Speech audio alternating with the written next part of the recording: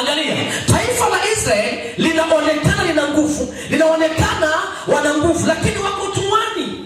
Kama ambavyo leo unanisikiliza hapa, kuna watu unaishi nao kimwili, unajiona una lolote, lakini katika ulimwengu wa roho wale watu hawakuoni wewe, wanaona nyota, wanaona kitu ndani yako, wanaona kinachokuja na wanainua vita juu yako.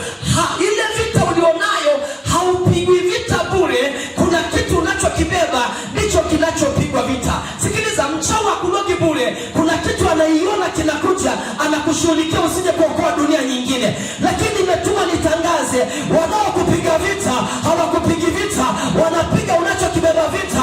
Lakini hicho kitu nimetuma nitangaze, hakitakufa mpaka kimebeba mataifa, hakitakufa mpaka kimezaa baraka.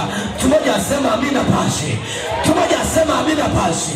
Kwa lugha nyingine, huyu mfalme aliona nyota ya Israeli, aliona nyota inayokuja, aliona nyota ya uongozi, aliona nyota ya biashara, aliona nyota ya kuolewa, aliona nyota ya kwenda viwango vya baraka. Wakaanza kushughulika na taifa la Israeli. Alafu angalia anavyosema, tuwatendee kwa akili. Yani kuna watu wanakutendea kwa akili bila wewe kuwajua, lakini aishivyo Bwana, kwa ibada ya leo lazima wafichuliwe, lazima wafichuliwe.